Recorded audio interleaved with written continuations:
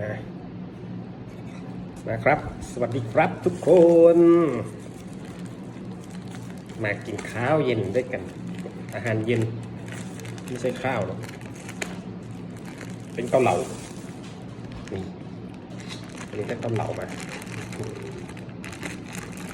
เกาเหลาเนื้อพิเศษ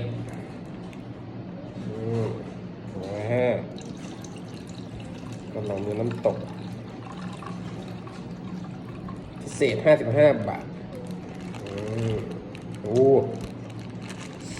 ซึมโอ้โหเยอะมาก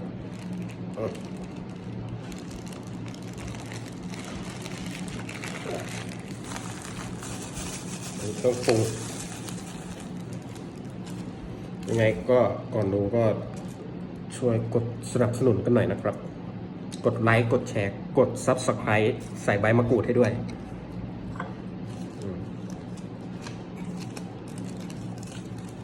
ขอบคุณทุกผู้ติดตาม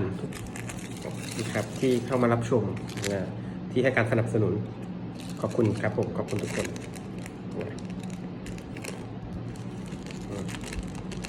วันนี้เราก็ปรุงไป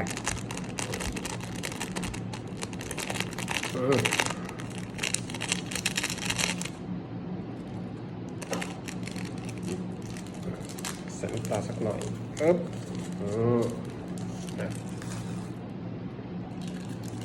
ใส่พริกลงไปเดือดเดือดจะเป็นเลยน้ำตาลเราไม่เน้นไม่ใส่อยู่แล้วไม่ค่อยใส่น้ำส้ม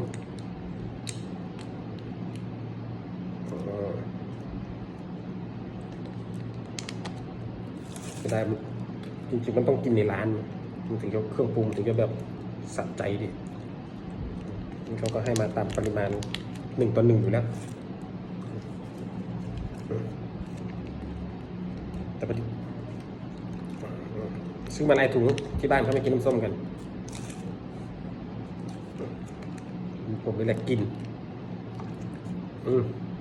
ไปตัว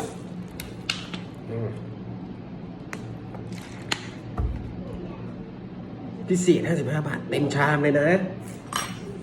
นี่พริกเผานี่แหละครับคือทีเด็ดเอ้าผ้าเช็ดรถนี่นะเอาออกนี่พริกเผาเดือดชาลีกับกามินกระต่ายเลี้ยงกระต่ายลูกบอกว่ามันจะขี่ใส่ผ้าเช็ดรถเผา1 ช้อนเราใส่กันเดือดไปเลยนี่ใครมาอยากเข้ากล้องด้วยนี่ไอ้กบ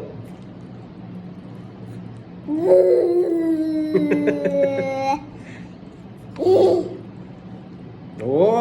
เกาเหลาเนื้อเกาเหลาเนี่ยเต็มชามเลย55 บาทนะเนี่ยนี่เอากะปิเข้ามาด้วยพริกขี้หนูนี่ผักสดนี่เป็นพริกขี้หนูกินสะดึกเลยตอนนี้เวลาเกือบ2 ทุ่มแล้วที่กินดึกไม่ใช่เลยนะล้างรถเพิ่งเสร็จยังไม่เสร็จด้วยล้างรถยังเหลือเช็ดรถอีกอันนี้ล้างเสร็จ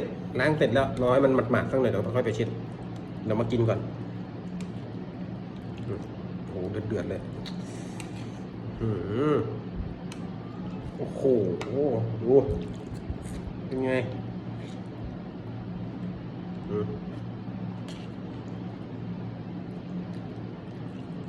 เป็นร้านประจำดูสิ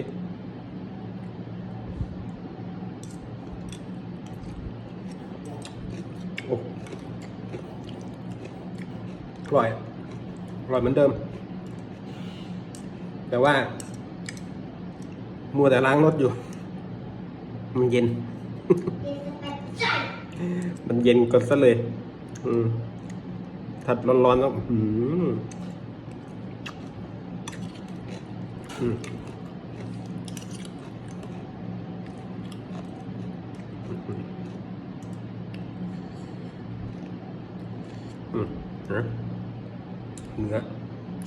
เนื้อติดเย็น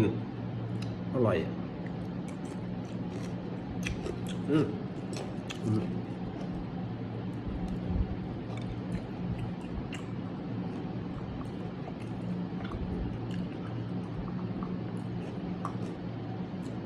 จะบิดที่หนู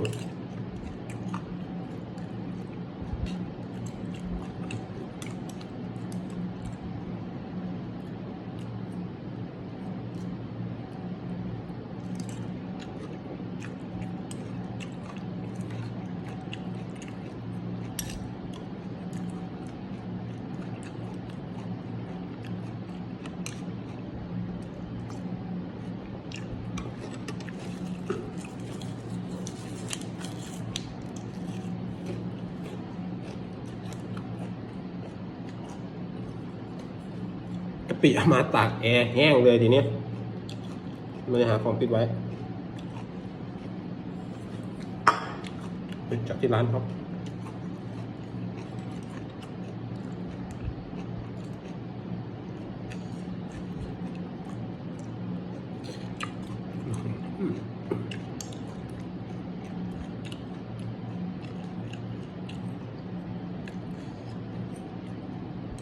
ถูกใจเลย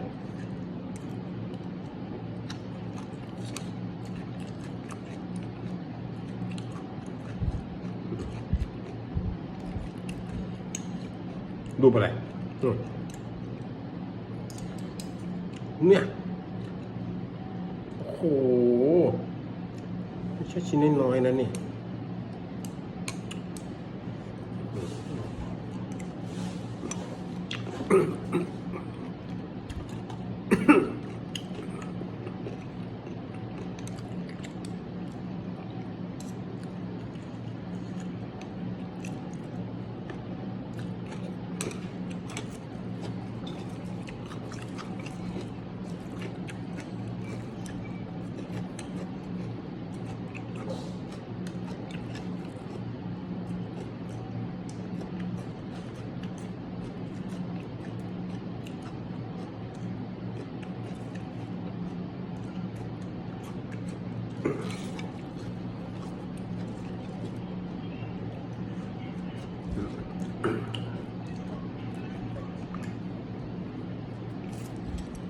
เดือดเด็ด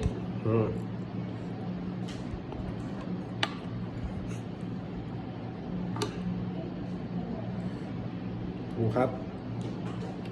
นี่นะเอ็นเนื้อนะลูกชิ้น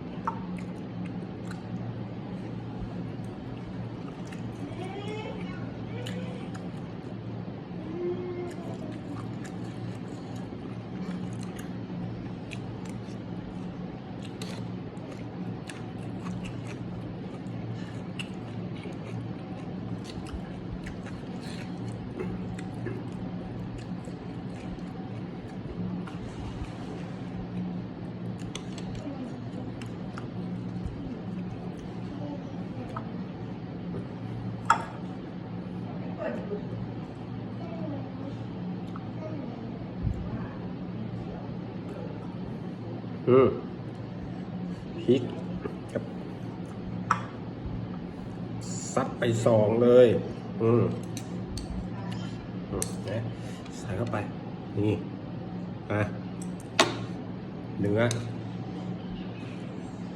เอ็นเนื้อ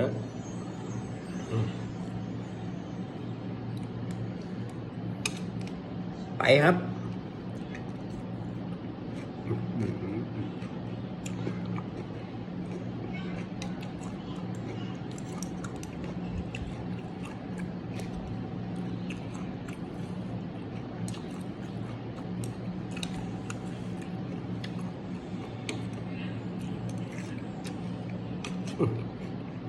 โอ้โหสุด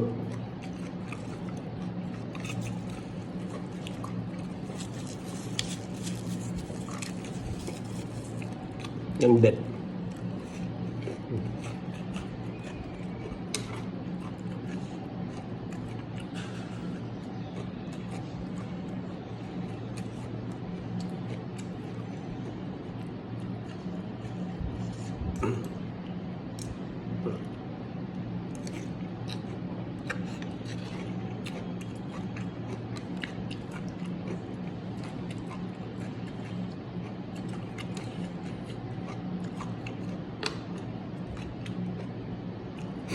ให้ชิ้นกระดูกด้วยนี่นะนี่โอ้โห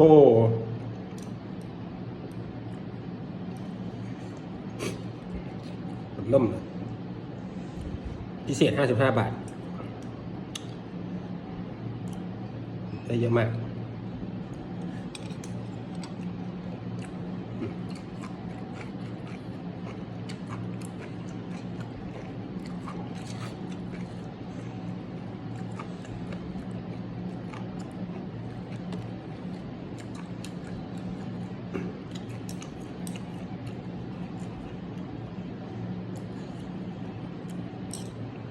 โอ้โหดูสิไปครับ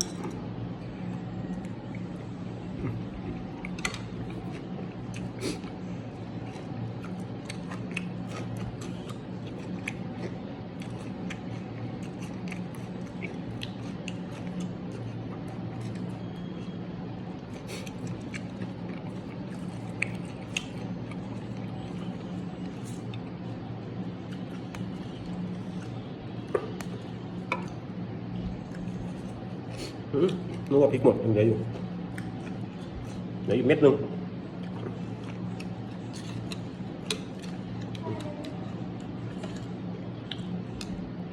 ไป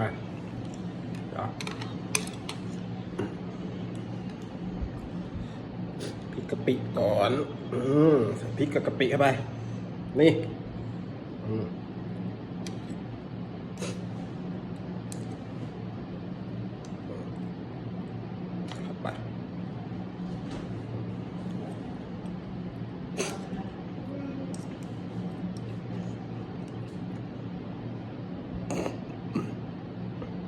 ไปครับ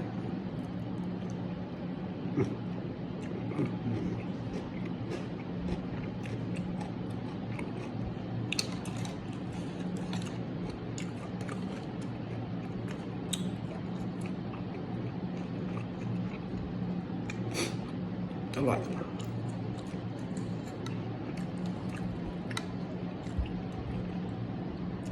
สะใจจริง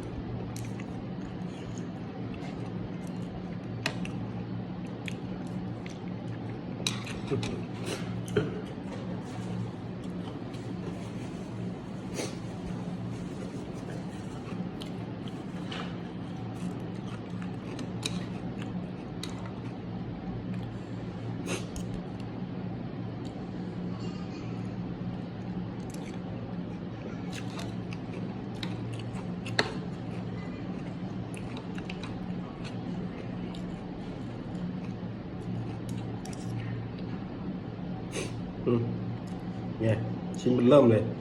ไป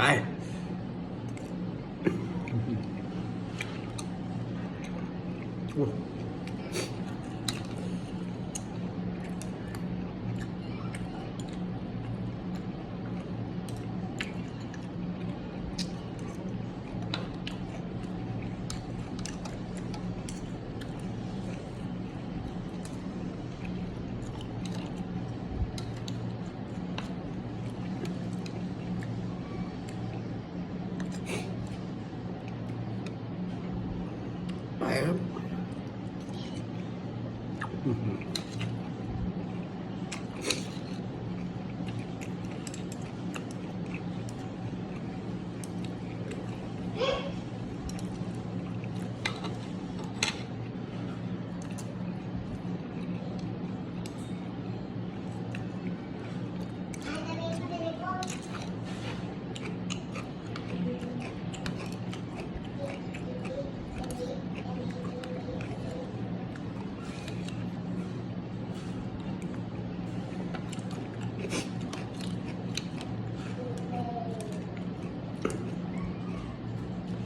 ลืมบอกไปลูกชิ้น5 ลูกนะลูกชิ้น5 ลูกเลยนะครับเทียบกับราคานี่คือแบบโอ้โหคุ้ม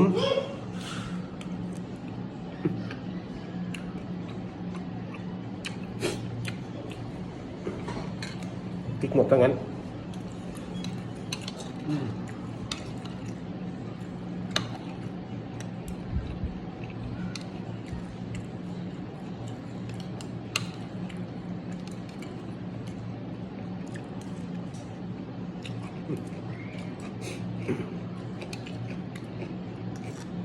นะลูกชิ้นครับไป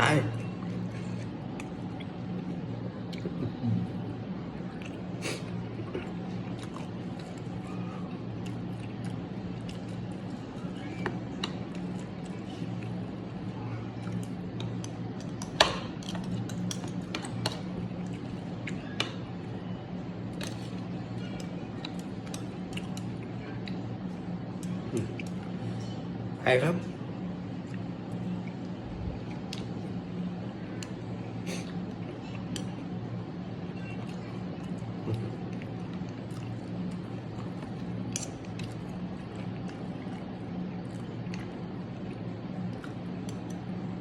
โอ้เยอะมากเรื่องจริง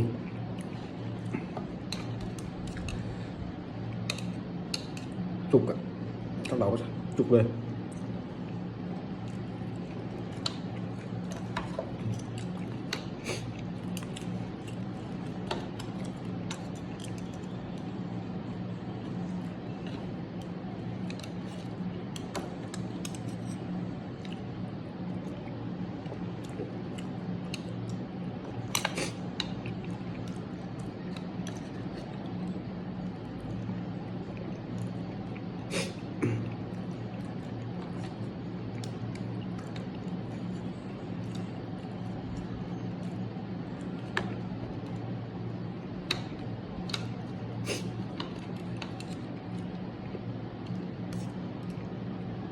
ไปครับชิ้น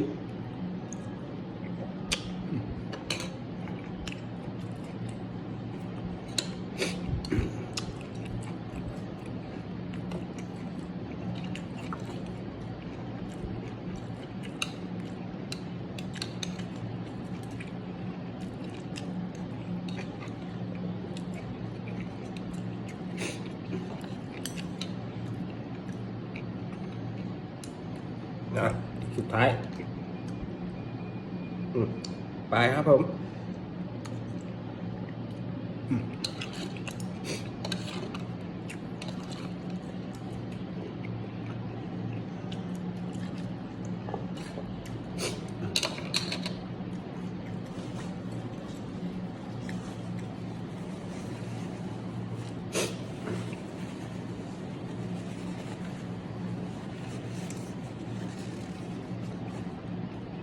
เรียบร้อย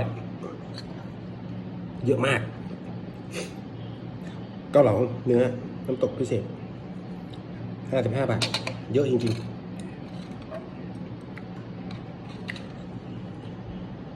กินจนจุกไงวันนี้ก็ขอบคุณนะครับที่ติดตามรับชมยังไงก็ฝากช่องของครัวนายเอกไว้ด้วยนะครับทางช่อง YouTube ยังไงก็ฝากกดไลค์กดแชร์กด Subscribe เพื่อไม่ให้พลาดในคลิปต่อๆไปนะครับผมวันนี้ขอบคุณครับ